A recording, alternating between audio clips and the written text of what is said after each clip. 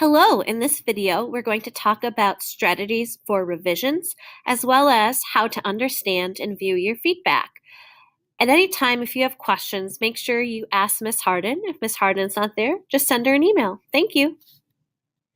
So the first part of this video is to talk about the top 10 ways to improve your essay. I'm going to go through the 10 things that most students tend to struggle with and ways to fix them. The first is number 10, making sure to write in a formal academic tone.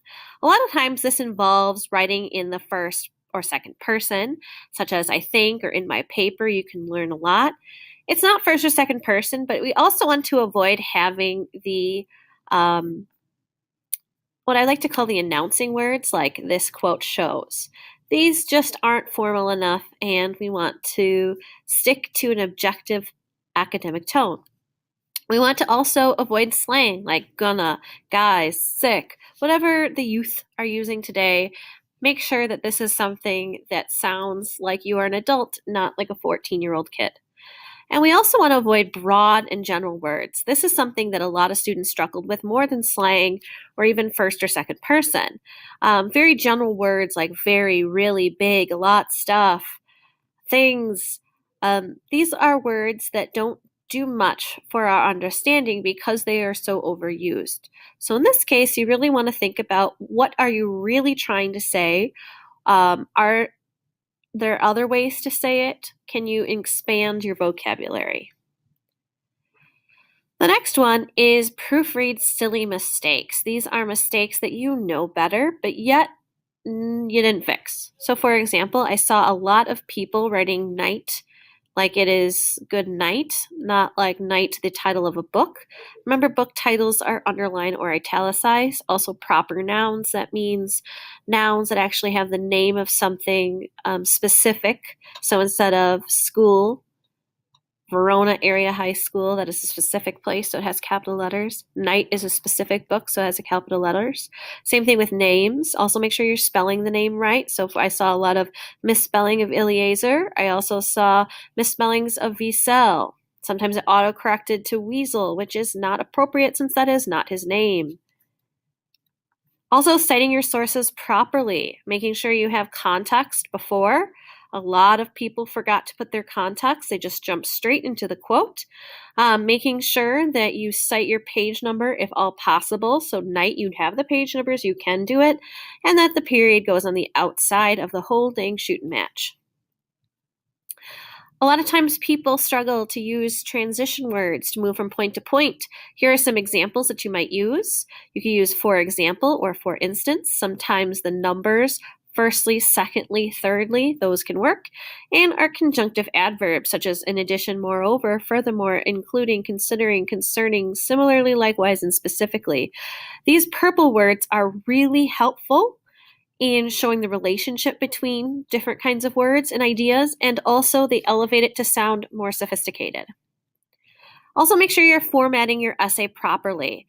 One of the small ones is, like I said before, that book titles need to be italicized or underlined. And the other thing that people often forgot was paragraphs. When we write in the high school level, we need to break up our ideas into paragraphs. It should not be all one text block. That is inappropriate at this age. The next thing is moving beyond formulaic and basic words. We want to think about how can we move on to have sentences that say a lot more. So this is an example from an essay we did in a different class. We talked about the book Catcher in the Rye. And so instead of just saying this shows that Holden is lonely, we think about how could we say a little bit more.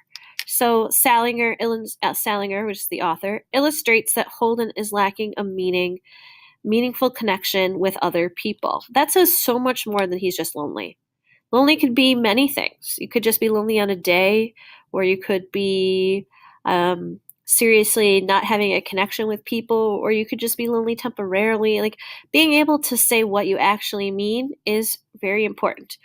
Sometimes you can think about how you can experiment with complex sentence structures. You know how to use conjunctions at this point, and you think about maybe using a thesaurus to find more interesting and specific words, combining short sentences with semicolons or conjunctions. These are all ways to move beyond the formulaic and basic. And on that same note, you want to also avoid run-on sentences, making sure that it is appropriate that you are connecting ideas with the appropriate conjunctions or semicolons and not just ramming ideas one after another with just commas. Read it out loud. If it seems to take a lot of breath, you might want to break it up. That's a general rule of thumb. On the other hand, you want to avoid fragmented sentences which do not have a full idea. If you are missing information and that this little sentence you wrote is dependent on another sentence to make sense, then you need to add that to its own sentence. So these are examples. That the neighbors see, well, what are they seeing? And when Boo gives a blanket, well, what happens then? And which is a totally different story. Well, what's a totally different story? We're missing information. I saw a lot of these. Make sure you read through your paper to see if you find these. Another thing that people struggled with, number 2, is just to have evidence that proves the thesis. Some people seem to play game of quotes in which they're looking for the most amount of quotes possible instead of finding ones that actually connect to your thesis statement. So you really only need quotes that are easily connected to your thesis, of course, with your own explanation. And everything in your paper must clearly prove your thesis statement. So if it is just a fun fact or it's just basically sort of related, kind of maybe, you don't need it. It needs to actually prove your thesis statement, not just be basically sort of related. So just because something has something that might be related to, let's say, resilience, but you're talking about cruelty, it may not actually be helpful. You want to think about what is actually proving your point. And lastly, actually prove your thesis. Most people who didn't do as well as they wanted to on this essay didn't actually prove their thesis. And the biggest one is not having links that are thorough enough. If your link explanations are thin and just say a 1 or a 2 sentence explanation without going further and don't answer the questions, how do you know, or so what, why is it important? If you don't answer those questions, then you're probably not actually proving your thesis statement. The bulk of your paper should be your words and not the quotes. Simply having a 1 sentence that starts with this quote shows or this proves doesn't cut it. You need to keep going further. So here's an example. One thing I want to point out is in the purple is the link with a quote. There's 2 linked sentences and a conclusion sentence.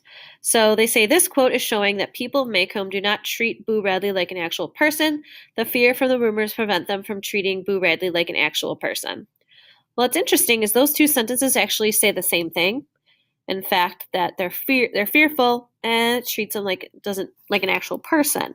But if we looked at the quote, what is actually being said in the quote that lets us know this? Like, if I haven't read this book before, I have no idea what's going on in this quote that is revealing this. I need to go a little bit further. So if we look at you just visually at this one, there's a lot more going on. It continues to beyond the fact that the quote is showing that the people of Maycomb do not treat Boo Radley like an actual person. In fact, this shows with amazing detail how much the townfolk see Boo as an evil fairy of sorts. Aha! This person connecting an evil fairy to up above in the quote, malevolent phantom, so connecting back to the quote.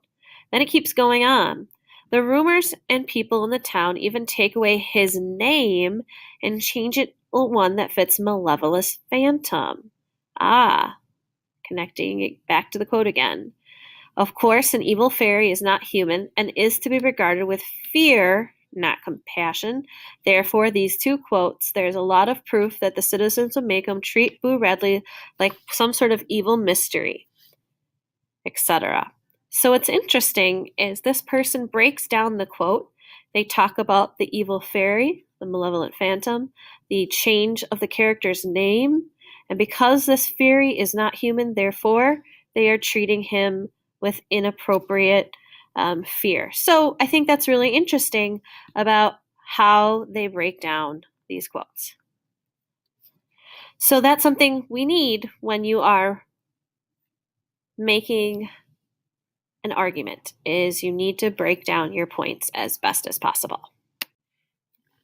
When you look at your own feedback and you see that you have a sentence or 2 highlighted in yellow marked argument error, I want you to think about why is it being marked an argument error? And I want you to think about, is it possible that you actually didn't prove why your quote connects back to your thesis statement? Is it possible that you did not add enough information that helps your reader understand what you're trying to say? This is the biggest part of why students tend to not do well on their essays. But the thing is, I want you to look at this visually and know that the biggest part of each paragraph should be your link. If you look at your paragraph and the vast majority of your paragraph is the quotation or your main idea claim or even the context, you need to really reconsider this. Are you actually saying enough about their quotes, or are you letting the quote do the talking for you? That being said, you want to know how you understand your feedback. I made a reference to things marked yellow with argument error. You might be thinking, what does that even mean? What is she talking about? Well, in the next few minutes, we're going to talk about how do you understand your feedback. So something that I've been really thinking about is that every year teachers spend hours writing specific comments detailing how exactly to fix errors, when in reality, you know how to do this. You have been writing since you were small, and why do I need to stop and tell you that something should be capitalized? Because you know that things need to be capitalized at this point. You know how to write a complete sentence. You know how to make things clarified. So I want you to think about, when you look at your paper, you're going to notice that your paper has a lot of colored highlighting or pin drops, and each color corresponds to one of 5 types of errors. And your job is to look at what I have marked as an error, see what kind of error it is, and then reflect using your past writing knowledge on what might be the best way to fix your error. So, what are the 5 types of errors? Well, the first, argument. This is the number one primo that most people have. And this is going to be marked in yellow. Clarity is blue, structure is green, conventions red, and polish needed is purple. So here's an example of what it might look like when you open it up. You see things that I have marked, and as you see, there are 4 different kinds of errors this person has. The purple, they have a polish needed, red is conventions, clarity is blue, and argument is yellow. So what does an argument error mean? Basically, these are all kinds of arguments that, when it all comes down to it, something's not jiving with your argument. Your argument is not proving your thesis statement. Your claim is not connected to your thesis statement. Your link statements aren't thorough enough. You could expand. You could give more evidence. Basically, something's not working in your argument. Clarity basically means something is unclear. Your statement might be too broad, or a sentence structure is too choppy, or a sentence is too wordy. There's so much going on we can't actually understand what you're trying to say. Maybe your thesis has so many parts that you can't really follow. Basically, anytime that something it's too hard to see or follow, that's a clarity error. Structure means something might be missing structurally. This might be formatting. You might be missing a part like an intro or thesis. You might bring in unnecessary personal opinion, which is outside of the structure of this assignment. The big one that I see a lot of is that people use a famous quote in their intro, but then don't actually connect that famous quote back to their argument. They just plop and run. Those are what we might see with a green structure error.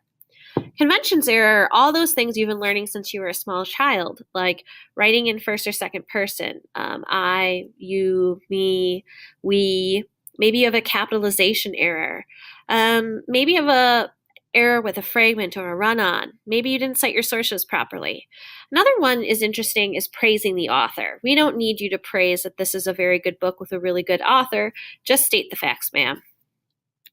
Lastly, polish needed. This means you need something to spruce it up a little bit. You might be announcing things within this quote shows, or I think, I believe. You might be being not specific to certain pronouns. So maybe you say, they did a good job when you don't specify who they is. You might need a transitional word. It might be sentence structures that are totally legitimate, but also very boring. Or using a cheesy middle school attention grabber like, have you ever? This is what a sheet is that's going to look like, what you get.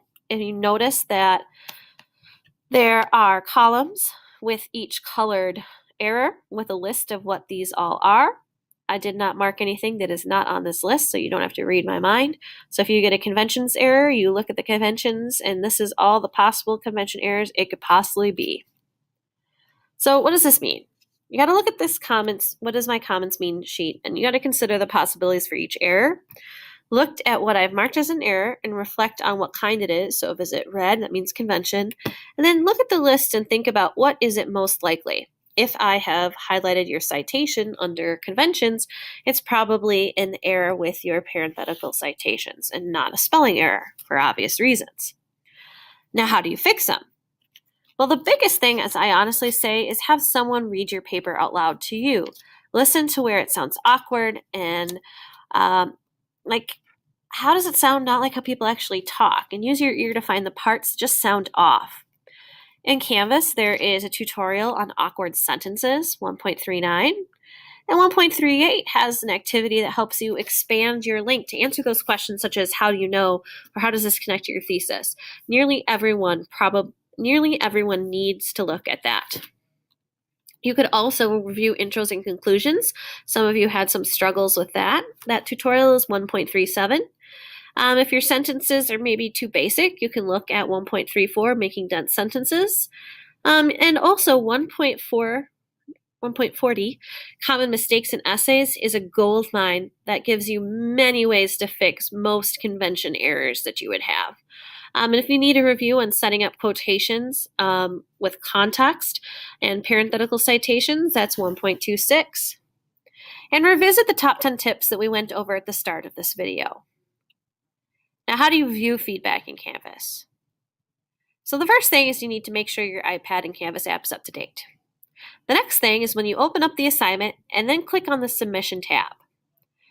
You'll get something that looks a lot like this. It has a little icon for the file. You also can see submission comments. So if I wrote any general comments, they'll be there. Click on the actual file icon. It looks like a little document, and it will open up your paper. Sometimes I wrote specific notes in addition to the highlight. If you want to see if I wrote a note, you can click on that pin drop or highlight. You click on it once, it brings up a black menu that says Style, Note, Copy, Trash Can. If you click on Note, the note will pop up. If there is no note, there is no note, and you'll have to take a look at the color of the highlighting and cross-reference with the What Do My Comments Mean document. So what's next? First of all, the revisions are due December 15th. You can make arrangements to meet with me before school, after school, or during A+. Just let me know ahead of time. I'm also going to be doing some AP Writing Mentor workshops during A+, December 7th through the 15th. Those days that I have A+, I will have AP Literature students of mine there to personally tutor you and to do some revision suggestions. The wonderful Miss Hogan is there at After School Access and the KITC Monday through Thursday, and is an amazing resource if you are sick of me and would like a second opinion. Also, all of those resources that I listed, all the 1 points, whatevers, those are all located in the Human Nature Synthesis Essay Revision, which is available in Canvas. Questions? Ask Miss Harden. Thank you.